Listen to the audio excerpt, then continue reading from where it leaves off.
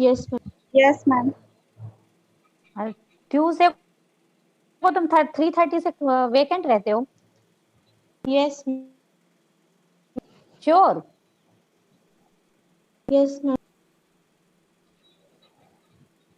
तो 3:30 से ट्यूसडे को हम ले सकते हैं ना क्लास, अगर तुम लोग कोई क्लास नहीं रहती 4:30 से। ट्यूसडे को। 4:30 से नहीं, 3:30 से पूछ मैम रही हूँ। 3:30 में विकास विकास की क्लास रहती है। अच्छा 3:30 से रहती तो फिर 4:30 का तो कोई मतलब ही नहीं। 4:30 के पहले लेना है ना क्लास, 4:30 पे मैम खत्म चारों करनी को है। एडमिट कर लीजिए।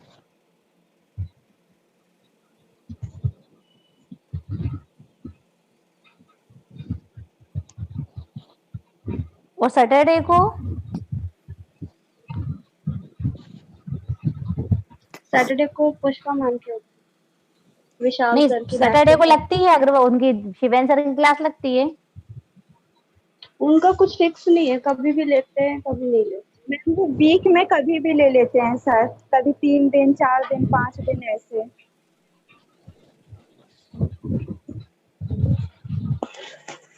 नहीं तो मैंने कहा उस टाइम पे ले लेते, अगर जिस दिन क्लास नहीं हो तो पता चल जाए तो उसी टाइम पे ले लेते, तो फिक्स हो जाता ये ना कि नहीं तो फिर वो 1:45 से ही क्लास होगी, क्योंकि 4:30 बजे के बाद नहीं लेनी है क्लास, इसलिए।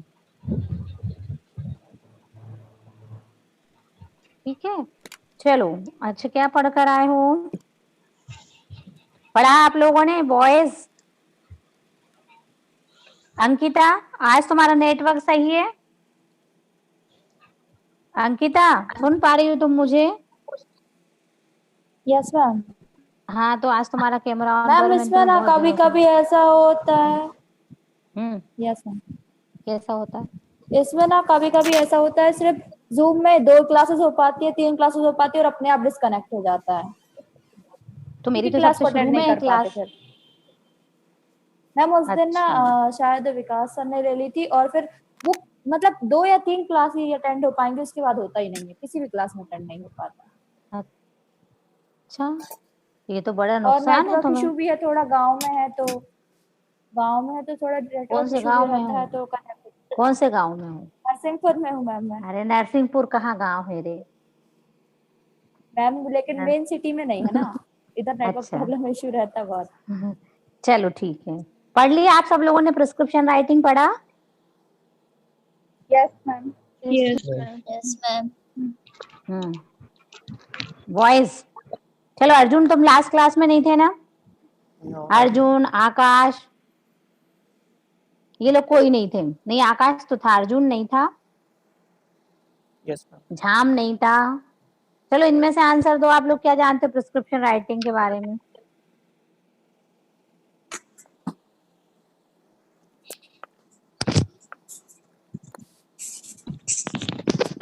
क्या क्या बता दिया मैंने? 2 क्लास हो गई ना इसकी प्रिस्क्रिप्शन राइटिंग की?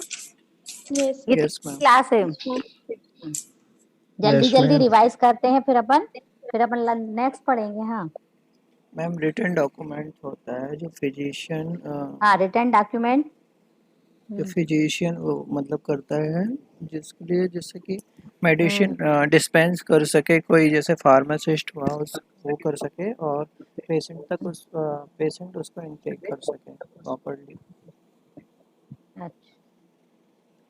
अच्छा ये तो डेफिनेशन हो गई कि prescription writing is a written document by physician to the dispenser for the dispensing the medicine. ठीक है। यस अच्छा part of the prescription writing Ankita. Yes Ankita yes ma'am. Part of the prescription writing.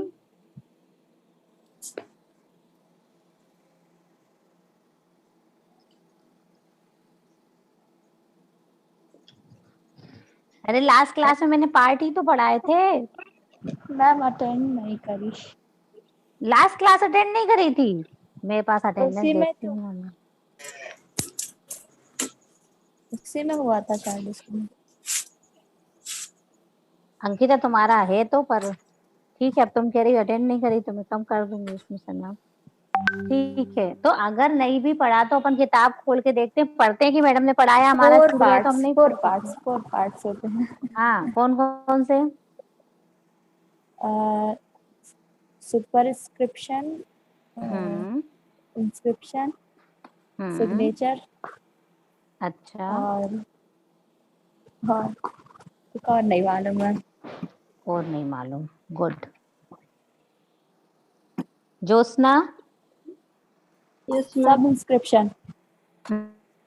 हम्म, सब inscription. मैंने तुमसे ये नहीं पूछा था कि सिर्फ जो उसने छोड़ा है वो बताओ, मैंने तो पूरा पार्ट पूछा था।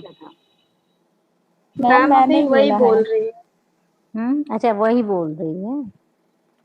हाँ सुयश बोलो, सही बताया इसने? No, ma'am. हाँ तो क्या गलत बताया, तुम बताओ सही। The superscription, the inscription, the subscription, the signature. Very good.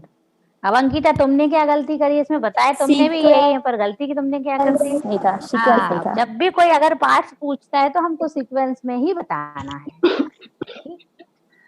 हाँ, अगर सिर्फ सामने वाला पूछता है कि आप इंस्क्रिप्शन बताइए कि इंस्क्रिप्शन क्या होता है या सुपरस्क्रिप्शन क्या होता है, तब हम यहाँ पे हम जो वो हेपोजाइट मैनर में अगर पूछ रहा है तो फिर हम आंसर हेपोजाइट मैनर में दे सकते हैं। बट अगर सामने वाले ने सीधे क्वेश्चन किया कि पार्ट ऑफ द प्रिस्क्रिप्शन को हमको सीरीज वाइज ही बोलना है, ठीक है, सीरीज वाइज बताना है। Yes ma'am. ठीक है, हम पहले पापा जी का नाम नहीं बताएंगे, मम्मी का नाम नहीं बताएंगे, पहले अपना नाम बताना होता है, फिर पापा का नाम पूछे कोई तो फिर बताना है, ठीक है ना। तो Yes. पार्ट्स, प्रिस्क्रिप्शन के पार्ट्स हो गए। हम लोगों ने 10 सुपरस्क्रिप्शन के बारे में पढ़ लिया था कि सुपरस्क्रिप्शन में क्या क्या आता है। आयुषी? मैम हाँ यस मैम। हाँ, मैम सुपरस्क्रिप्शन में क्या?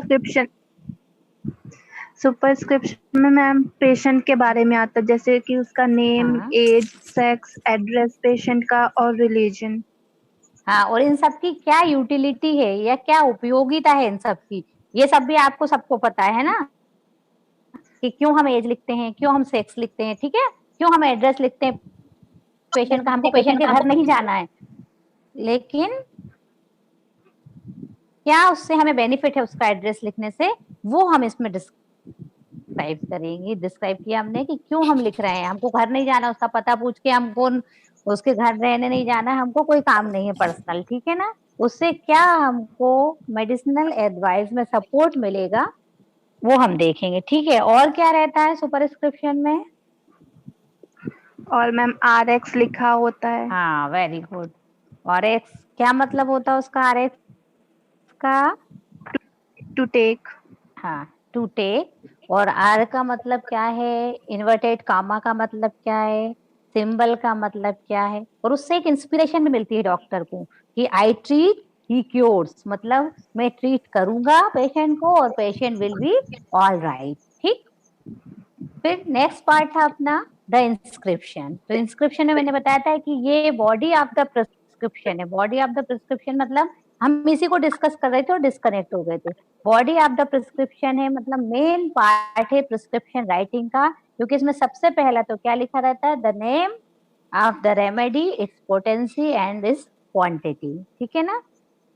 और second one is name of the vehicle और उसकी क्वांटिटी। इसलिए ये मेन पार्ट है, या इसको बॉडी ऑफ द प्रिस्क्रिप्शन कहते हैं। आपसे कोई क्वेश्चन पूछता है कि बॉडी ऑफ द प्रिस्क्रिप्शन, तो आपको क्या बोलना है? The inscription. The inscription. Body of the prescription मतलब इंस्क्रिप्शन। क्यों है मेन पार्ट? इसलिए क्योंकि इसमें मेडिसिन का नाम और व्हीकल का नाम इसी के अंतर्गत आता है, इसमें ही दिया जाता है। इंस्क्रिप्शन के ही इंग्रेडिएंट है name of the medicine and name of the vehicle, ठीक है। नेक्स्ट इज इसके बाद क्या आता है? द क्या आता है इसके बाद? The subscription. सबस्क्रिप्शन क्या होता है? It consist of direction to the dispenser, या ये कहलाता है डायरेक्शन टू द फार्मासिस्ट, ठीक है। इस पार्ट में हमारा आता है सब्सक्रिप्शन में डायरेक्शन टू द फार्मासिस्ट, या हम इसको बोल सकते हैं डायरेक्शन टू द डिस्पेंसर, ठीक है। किसको डायरेक्शन दे रहे हैं इस पार्ट में हम? जो डिस्पेंसिंग कर रहा है मेडिसिन, जो मेडिसिन प्रिपेयर कर रहा है, ठीक है ना। डायरेक्शन टू द फार्मासिस्ट, जो मेडिसिन बना रहा है, आपको डायरेक्शन उसको देनी है एज ए डॉक्टर और as a physician. Direction to the pharmacist कि उसको कैसे मेडिसिन प्रिपेयर करनी है, किस व्हीकल में प्रिपेयर करनी है, कितने दिन के लिए बना के देनी है, कैसे प्रिपेयर करनी है, क्या मेडिसिनल सब्सटेंस लेना है, क्या व्हीकल लेना है, ठीक है। ये आपको डिस्पेंसर को, अपने कंपाउंडर को, या जो भी डिस्पेंसिंग कर रहा है उसको आपको ये बताना है। तो सब्सक्रिप्शन में क्या आता है? डायरेक्शन टू द डिस्पेंसर और डायरेक्शन टू द फार्मासिस्ट। ठीक है, तो direction, body of the prescription क्या हो गया? The inscription. ठीक है, और डायरेक्शन टू द फार्मासिस्ट और direction to the dispenser subscription. ठीक है ना, ऐसे डायरेक्ट क्वेश्चन नहीं पूछता, सामने वाला सबसे पहले यही पूछता है डायरेक्शन टू द फार्मासिस्ट किस में, तो आप बिल्कुल तुरंत बोलोगे direction to the pharmacist is subscription. ठीक है, अभी एक आएगा डायरेक्शन टू द पेशेंट, तो इसलिए कंफ्यूज नहीं होना, लर्न करते जाना है। ठीक है ना, कि body of the prescription is superscription. Inscription में कुछ नहीं, मतलब इतना वो पोटेंसी का नेम और मेडिसिन का नेम है। फिर direction to the dispenser subscription में, और सिग्नेचर में फिर मैं आगे बताती हूँ आपको। ठीक है, तो डायरेक्शन टू द फार्मासिस्ट क्या डायरेक्शन देना है? एज टू हाउ ही और शी इज डिस्पेंस, कि उसको कैसे रेमेडी को डिस्पेंस करनी है। Direction to the pharmacist as to how he और she is to dispense the remedy, ये आपका है सब्सक्रिप्शन में। ठीक है, तो क्या है सब्सक्रिप्शन में? क्या है subscription? Directions to the pharmacist how to dispense the medicine या रेमेडी। ठीक है ना, नेक्स्ट पार्ट है लास्ट वन, क्या है? The signature. अब सिग्नेचर तो आप सब जानते, क्या होते हैं signature? What is signature? Sign. Signature sign, सिर्फ साइन? हाँ, हम लोग अपनी जनरल भाषा में सिग्नेचर को सिर्फ साइन बोलते हैं, कि हमने अपना साइन कर दिया, हस्ताक्षर जिसको बोलते हैं, कि वो सिग्नेचर। पर यहाँ पे सिर्फ सिग्नेचर नहीं करना है आपको। ठीक है, सिग्नेचर में क्या क्या पॉइंट आएंगे वो हम बताते हैं। तो सबसे पहले जो मैं आपने पहले बताया था कि direction to the patient, signature is a, signature में क्या कंटेन है, क्या क्या कंटेन है? सबसे पहले तो डायरेक्शन टू द पेशेंट, कि पेशेंट को डायरेक्शन देनी है। इसमें आपको जो सिग्नेचर वाला पार्ट है, सबसे पहले इसमें है डायरेक्शन टू द पेशेंट।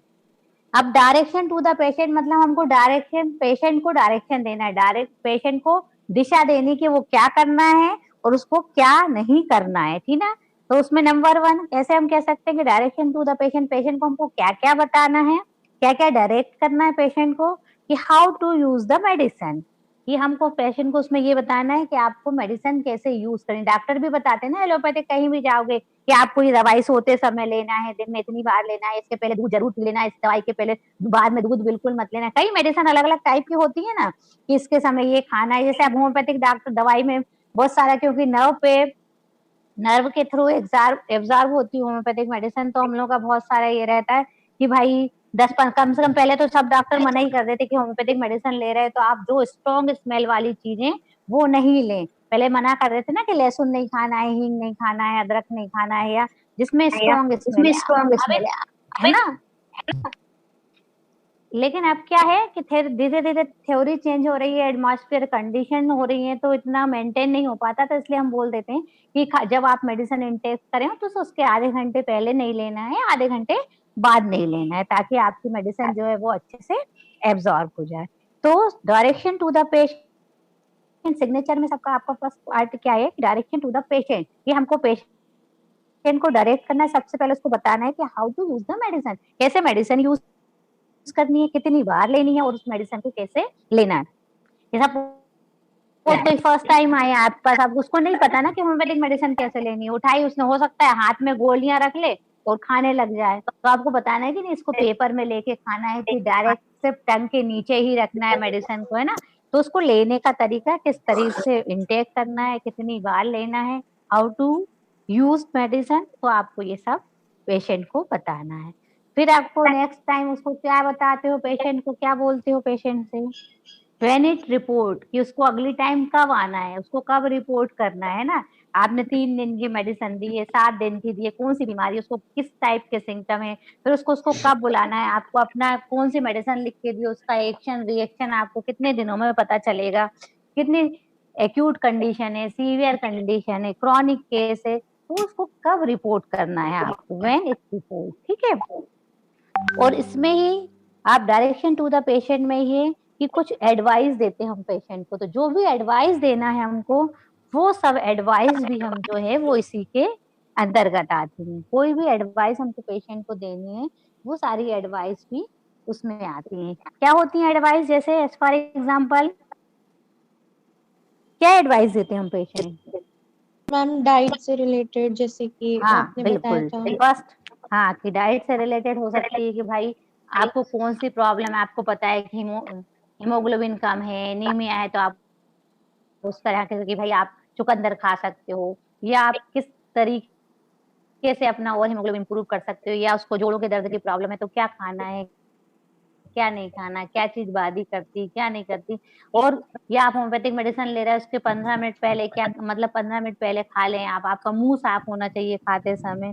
तो डाइट से रिलेटेड आपको पता है कि जॉइंटिस है, टाइफाइड की कंडीशन में, तो इसमें आपको ऑयली स्पाइसी फूड बिल्कुल नहीं देने होते पेशेंट को, तो आपको ये सब पेशेंट को बताना पड़ेगा कि भाई जॉइंटिस है आपको, तो बिल्कुल आपको बॉइल्ड डाइट ही लेनी है, आपको ये खाना है, फ्रूट्स खाना है, कौन सा फ्रूट, क्या साइड, सिट्रस फ्रूट कब नहीं लेना। तो ये जितनी भी उसकी प्रॉब्लम से रिलेटेड आपको उसको डाइट के बारे में बताना, तो डाइट बता सकते हैं। और क्या बता सकते हैं एडवाइस में हम?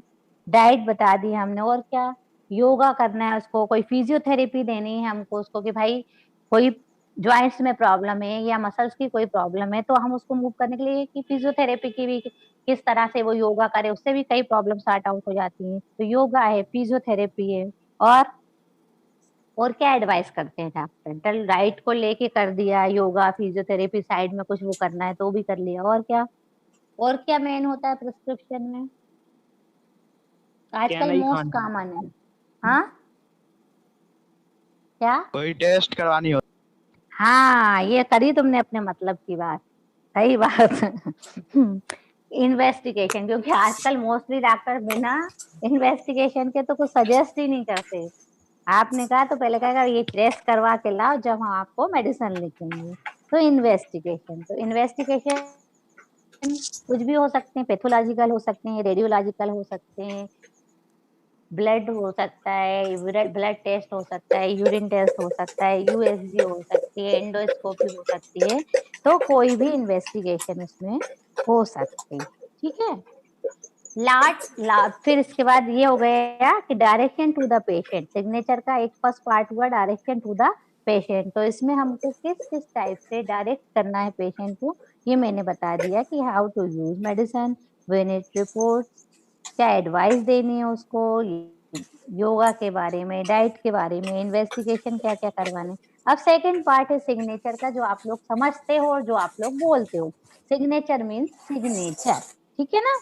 तो आपको ये signature of the physician with date and registration number, तो आपको फिर मेंशन करना है इसके बाद, last but not least, signature with date, signature होने चाहिए डॉक्टर के विथ डेट, आज की डेट में आपने पेशेंट देखा है तो उसमें आज की डेट ही डली होना चाहिए, तो बिना डेट के सिग्नेचर मान्य नहीं। हाँ आजकल ये हमने पहले डिस्कस कर लिया कि जो फॉर्म्स के एक नाम से अकॉर्डिंग जो बनते हैं आजकल, प्रोफार्मा वैसे ही बनवा के रखते हैं डॉक्टर, जिसको हम लेटर पेड कहते हैं। तो उसमें रजिस्ट्रेशन नंबर डॉक्टर का और एड्रेस, नाम और ये रजिस्ट्रेशन नंबर मेंशन ही होता है।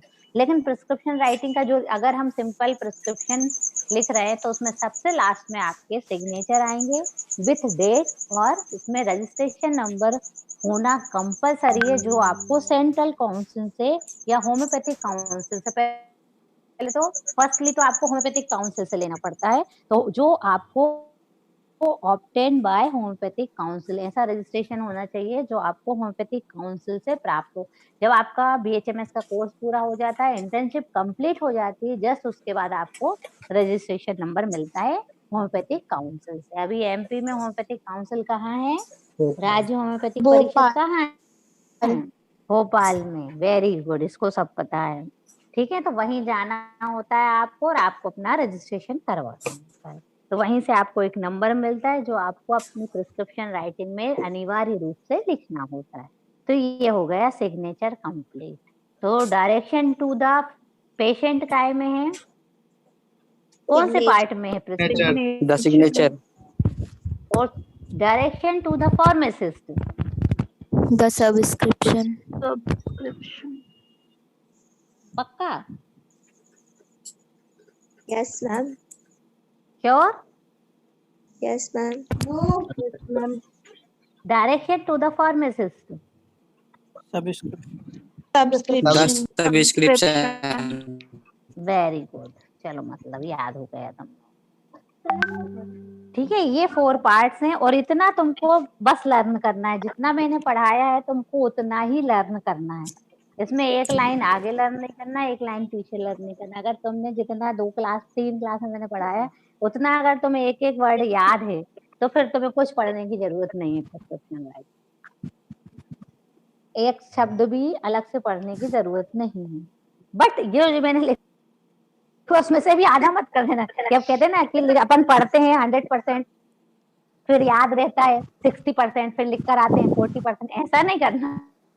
हाँ, नहीं तो फिर कुछ नहीं बचेगा। ठीक है, अगर मैंने ये 100% पढ़ाया है तो आप इसमें से अगर 99% लर्न करते हैं तो आपको 98 मार्क्स मिलेंगे प्रिस्क्रिप्शन राइटिंग में। ठीक है, ठीक। अब इसके बाद है इम्पोर्टेंस ऑफ द प्रिस्क्रिप्शन की, क्या इम्पोर्टेंस है प्रिस्क्रिप्शन राइटिंग की। ठीक है ना, तो ये तो आप बता सकते हो कि क्या। और इसके बाद हम पढ़ेंगे प्रिस्क्रिप्शन राइटिंग का एक मॉडल कि प्रिस्क्रिप्शन राइटिंग लिख दिए तो हमने पढ़ लिया कि सुपरस्क्रिप्शन लिखना है, पर लिखना कैसे उसको, तो ये आपको प्रैक्टिकल कॉपी में भी लिखना पड़ेगा। जो प्रैक्टिकल नोटबुक है ना आपकी, जो Yes, ma'am. रजिस्ट्रेशन बनाते हो ना आप, रजिस्टर बनाते हो, उसमें भी आपको ये प्रिस्क्रिप्शन लिखना पड़ेगा, एक प्रिस्क्रिप्शन लिखना पड़ेगा और एक प्रिस्क्रिप्शन राइटिंग। वैसे तो आप बुक खोल कर देखोगे ना तो कई सारी प्रिस्क्रिप्शन लिखी हुई हैं उसमें। ठीक है ना, तो जो आपका मन करे, जो आपको बहुत अच्छी लगे, जिसमें आपका दिल खुश हो जाए, आप वो लिख सकते हैं। आप इसके अलावा अपने मन से भी लिख सकते हैं। मन से मतलब आप देख लीजिए एक फॉर्म्स की कैसे लिखा हुआ है, तो आप अपने मन से किसी का भी नाम डाल सकते हैं। आपको जो मन हो, एज, आपको जो भी डिजीज ज्यादा पसंद हो, जो आपको अच्छी लगे, उस डिजीज का केस बना सकते हो आप। ठीक है ना, फिर आपको लेकिन पता होना चाहिए कि हमने लिखा है फीवर का केस बनाया तो मेडिसिन फीवर की ही लिखो उसमें, है ना। तो आप अपने मन से मेडिसिन और उसकी क्वांटिटी भी लिख सकते हो, व्हीकल भी लिख सकते हो। ठीक है ना, तो आप अपने मन से भी लिख सकते हो उसमें। और अगर आप नहीं मन से लिखना चाहते तो आपके जो बुक है अगर उसको खोल कर देखो तो उसमें बहुत सारे, कम से कम 30-35 के करीब दी हुई है प्रिस्क्रिप्शन राइटिंग। तो आप 1-2 देख लोगे आराम से पढ़ के, तो आप अपने आप समझ में आ जाएगा फॉर्मेट कि हमको लिखना कैसे है। सबसे पहले या फिर क्वेश्चन दे दिया जाता है कि राइट ए प्रिस्क्रिप्शन फ्रॉम ए, वो बता देंगे कितनी एज की वुमेन है और मेन है, suffering from digestive problem, suffering from fever, suffering from nausea, vomiting, suffering from कौन सी, मतलब जो भी प्रॉब्लम हो, तो फिर आप उसके लिए एक अपना केस बना सकते हैं। और बाकी अगर इस केस में को यहाँ डिक्टेट करने से कोई मतलब नहीं है, क्योंकि आपको समझ में भी नहीं आएगा। जिससे अच्छा आप अपनी बुक खोल कर देखना, तो एक केस आपको, इतने सारे केस है, जो आपको मन आए वो आप पढ़ लेना अच्छे से, तो आपको समझ में आ जाएगा कि हमको कैसे लिखना है। ठीक है, Yes, समझ ma'am. में आया कि यस मैं बताऊं, वो भी प्रिस्क्रिप्शन लिखूं, बताऊं क्या, बताऊं क्या, चलो एक डिस्कस कर लेते, एक बता देती हूँ ना मैं। जैसे ग्लूबिल से हमको डिस्पेंस करना है, पहले तो हमको ये भी पता होना चाहिए ना कि मेडिसिन कैसे देनी है हमको, है ना। ग्लूबिल्स में डिस्पेंस करनी है मेडिसिन, है ना, ग्लूबिल्स में डिस्पेंस करनी है। तो जैसे सपोज एग्जांपल का हमको एक प्रिस्क्रिप्शन राइटिंग लिखनी है for a man suffering from A digestive problem. एक आदमी है जो डाइजेस्टिव प्रॉब्लम सफर कर रहा है, उसके लिए हमको एक प्रिस्क्रिप्शन राइटिंग लिखनी है। ठीक है ना, तो हम फिर क्या लिखते हैं, हम नेम ऑफ द पेशेंट, आप सबको पता है, तो नेम ऑफ द पेशेंट आप अपने मन से भी डाल सकते, चलो मैंने लिख दिया महेश कुमार। ठीक है, फिर हम उसमें क्या लिखेंगे, एज, एज कितनी है अपन डाल देते 35-40 ईयर। ठीक है ना, फिर मेल है कि फीमेल है, क्या लिखना है, Mail. मेल, है ना। एड्रेस भी हम अपने आप से डाल सकते हैं, त्रिमूर्ति नगर, कशोधन नगर, विजय नगर। आप अपने अपने एरिया का भी कोई भी डाल सकते हो जब मन से बना रहे हैं ना। जैसा आप नरसिंहपुर में रह रही हो, आप कहीं कटनी में रह रहे हो, जहाँ भी रह रहे हो, कोई भी मोहल्ले का नाम डाल सकते हो, ठीक है। तो ये हो गया पर्टिकुलर ऑफ द पेशेंट, है ना। रिलीजियन भी लिख सकते हो आप, हिंदू, कोई प्रॉब्लम नहीं है ना, नाम से कई बार हमको समझ में आ जाता है। फिर ठीक है, फिर जब आप तुम लोग बड़े हो, जब मतलब थोड़े और हाई लेवल हो जाएगा तुम्हारा सेकंड ईयर थर्ड ईयर में, तुम आर्गन मटीरियल मेडिका के सबके प्रोफार्मा भरोगे, ऑप्स गायनी के, तो तुमको समझ में आएगा। फिर ऑक्यूपेशन वगैरह भी लिखते हैं, ठीक है। फिर हमने लिखा आरएक्स की, मतलब आपको क्या लेना है ना। अब हमने उसकी पर्टिकुलर लिख दिया, पर्टिकुलर ऑफ द पेशेंट। अब हमको क्या लिखना है, ये हो गया सुपरस्क्रिप्शन हमारा कंप्लीट। अब हमको इंस्क्रिप्शन लिखना है, मतलब क्या लिखना है, मेडिसिन कौन सी देनी है हमको डाइजेस्टिव प्रॉब्लम में। तो सपोज मैंने दी नक्सवामिका, ठीक है ना। जब आप मेडिसिन पढ़ लोगे तो हो सकता है मैडम आप बोल लेना कि नहीं मैडम मुझे तो इसमें एलुमिना देनी थी, नक्सवामिका नहीं देनी थी, या मुझे पोडोफाइलम देनी थी, ये समथिंग जो भी आप, अभी आपको मेडिसिन की उतनी नॉलेज नहीं है, तो मैंने मेडिसिन दी नक्सवामिका, उसको 200 पोटेंसी में दी, तो मेडिसिन का नाम लिखा मैंने नक्सवामिका 200 पोटेंसी के साथ, ठीक है ना। अब हमको उसमें मेंशन करने का, हमने कहा व्हीकल मेंशन करना है, और हमने ऊपर भी लिखा है क्वेश्चन में कि ग्लूबिल्स में डिस्पेंस करनी है, तो हमको ग्लूबिल्स का नंबर देना पड़ेगा कि नंबर 10 ग्लूबिल्स, सैक्लेक, है ना, GRI। अब मैं नेक्स्ट क्लास में आपको पढ़ाऊंगी प्रिस्क्रिप्शन राइटिंग के एब्रिविएशन, ठीक है ना। एब्रिविएशन मतलब कि हम किस चीज को किसको कैसे डिनोट करते हैं, उसका इंग्लिश में नाम क्या है, जर्मन और लैटिन में क्या है, ठीक है ना। तो जर्मन और लैटिन वर्ड हैं कई सारे, तो जिनका हमको ट्रांसलेशन इंग्लिश में क्या बोलते हैं, तो फिर वो कैसे लिखना है हमको प्रिस्क्रिप्शन राइटिंग में, वो हम डिस्कस करेंगे, ठीक है। तो हम लिखेंगे नक्सवामिका 200 नंबर 10 ग्लूबिल्स, और उसको कैसे देनी है हमको, तो फिर हमको वो लिखना पड़ेगा कि हमको कैसे देनी है मेडिसिन। जैसे थ्राइजेड दे देते तो हम उसको ये नहीं लिखेंगे थ्राइजेड नहीं लिखते, हम क्या लिखते हैं, TDS लिखते हैं, ठीक है। तो वो एब्रिविएशन में आएगा। हमको 4 बार दे, लिख के पेशेंट को बोलना है कि हमको 4 बार दे दो, 4 बार लेना है तुमको ये दवाई, तो हम उसको 4 बार नहीं लिखते, हम उसको लिखते हैं QID, है ना। तो QID का फुल फॉर्म क्या होता है,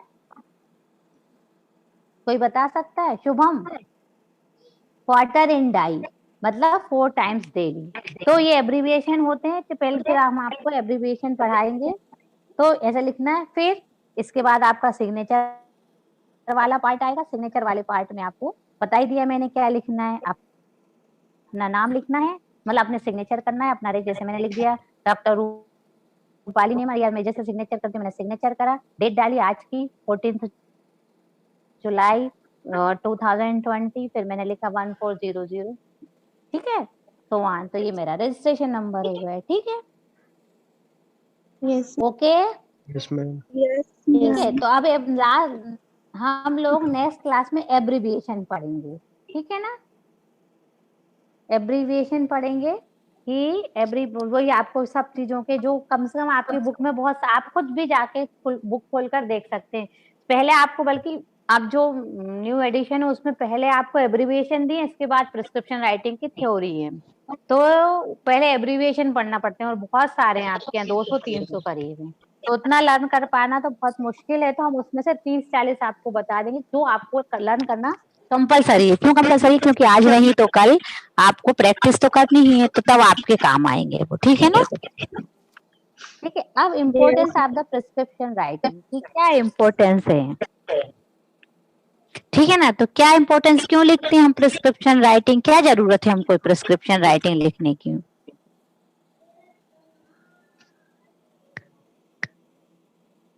क्या जरूरत है? सबसे पहले it help the physician for the second prescription.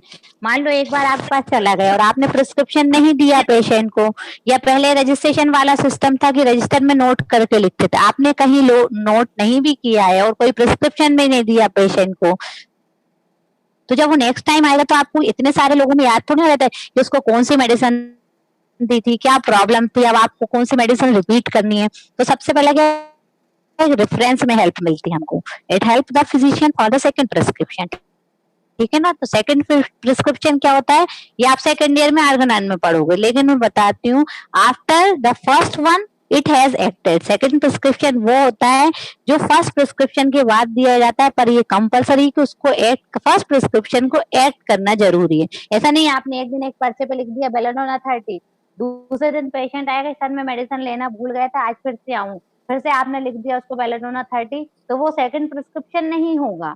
तो सेकंड प्रिस्क्रिप्शन क्या होता है, after the first one and it has acted. First one पहले आपने दी और उसने कुछ ना कुछ एक्शन किया हो, इसके बाद जो सेकंड प्रिस्क्रिप्शन दोगे, जो आप सेकंड में मेडिसिन दोगे या उसका डोज रिपीट करोगे या पोटेंसी भी चेंज करोगे, तो वो सेकंड प्रिस्क्रिप्शन कहलाएगा। ठीक है, फिर it is the identification of the patient with medicine. ठीक है ना, तो आप पेशेंट को मेडिसिन के साथ के हाँ ये बेलेडोना कुछ कॉन्स्टिट्यूशनल मेडिसिन भी हमारे ये पल्सेटिला मैंने दी थी इसको, अब नेक्स्ट में मुझे ये वाली मेडिसिन देनी है, ठीक है, तो आइडेंटिफिकेशन में भी हेल्प करती है। फिर प्रिस्क्रिप्शन राइटिंग से और क्या फायदा है कि dispenser the direction to the dispenser for the dispensing the medicine, कि जब हम मेडिसिन कंपाउंडर को बताएंगे ना कि हमको कैसे मेडिसिन प्रिपेयर करनी है, कैसे बनानी है, कैसे डिस्पेंस करनी है मेडिसिन, तब तो वो फिजिशियन कंपाउंडर बना पाएगा ना हमारा फार्मासिस्ट। तो direction to the dispenser for dispensing the medicine, और फिर डायरेक्शन टू द पेशेंट, उसमें भी हेल्प करती है। प्रिस्क्रिप्शन राइटिंग में हमने लिखा होता है ना कि जब अगली बार आएगा, हमने आपसे बोला था जो आपने सोनोग्राफी करवाई कि नहीं करवाई, तो जब आपके पास लिखा होगा ना कि आपने इन पेशेंट को सोनोग्राफी की सलाह दी थी, तब तो आप नेक्स्ट टाइम में पूछ पाओगे उससे, या हमने साथ में मेडिसिन के साथ आपसे बोला था कि योगा करना है या आपको ये राइट लेनी है, आपने ऐसा किया कि नहीं किया। तो direction to the patient for intake the medicine, कि उसने सही ली कि नहीं। आपने कहा सिर्फ ये दवाई सोते टाइम खाने, जैसे आपने सुना होगा एल्बेंडाजोल रात को मीठे के साथ ही लेना पड़ता है और रात को तो भाई आपने ये दवाई कई हमारे यहाँ कई मेडिसिन, जैसे मैंने लिखा है अभी नक्सवामिका, आपको नक्सवामिका रात को 8 बजे के बाद ही देनी है, आपको 8 बजे देना है, दिन में नहीं खाना चाहिए मेडिसिन को। नेट्राम्यूर को सुबह 9 बजे ही देना चाहिए, तो सबसे अच्छे रिजल्ट आते हैं, उसको रेडवर्स इफेक्ट नहीं आते। सल्फर को हमको मॉर्निंग में ही देना है, नाइट में कभी नहीं देना है। तो ये चीजें हमको जब डायरेक्शन टू द, जब आप मेडिसिन लिखोगे और प्रिस्क्रिप्शन लिखोगे, जो डायरेक्शन टू द पेशेंट है उसमें पेशेंट को बताओगे, तभी तो आप नेक्स्ट टाइम पे कॉल करो। पता है आपने सल्फर मेडिसिन दे दी, उसको कुछ भी आपने कहा था, वो सपोज उसको नहीं बताया आपने कि इसको रात को खानी थी, दिन को उसने एज इट इज जैसे आपने लिखा 2 बार खानी, तो उसने 1 बार सुबह खा ली, 1 बार रात को खा ली, और अब उसके एडवर्स इफेक्ट आए, तो आप क्या करोगे। तो आपको ये सबसे ज्यादा आपकी हेल्प करता है ना कि भाई मैंने तो पेशेंट से कहा था कि इस दवाई को आपको रात को नहीं लेना है, दिन में ही खाना, पता चल रहा है वो ईचिंग की प्रॉब्लम से, पर आपको पता है कि मेडिसिन ने रिएक्शन कर दिया इसको। तो आप डायरेक्ट क्वेश्चन पूछ सकते हो, या आपको पता होगा कि भाई हमने कहा था तुमने रात को तो नहीं ली दवाई, तो उसने कहा अरे डॉक्टर साहब मैं तो भूल ही गया, मैंने रात को ले ली, तो आपको समझ में आएगा कि ये इसका रिएक्शन हुआ है, इसको कुछ नहीं हुआ है बाकी। नहीं तो अगर नहीं समझ में आया तो आप तो पता आप ही खुद घबरा जाओगे, पता नहीं मैंने तो सही मेडिसिन दी थी, इसको क्या हो गया क्या नहीं हो गया, ये डिजीज एग्रावेशन है कि होम्योपैथिक एग्रावेशन है, आप कुछ कंफ्यूज हो जाओगे कि डिजीज का एग्रावेशन है कि दवाई का एग्रावेशन है, ठीक है ना। तो इसमें भी हमको बहुत हेल्प मिलती है प्रिस्क्रिप्शन राइटिंग से, directing to the patient to intake the medicine. और क्या फायदा है, और क्या है इम्पोर्टेंस है।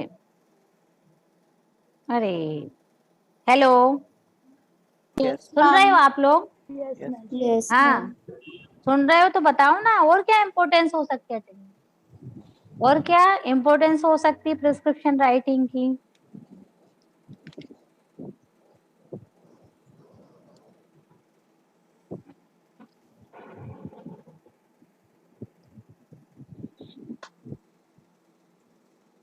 बताओ, नहीं पता?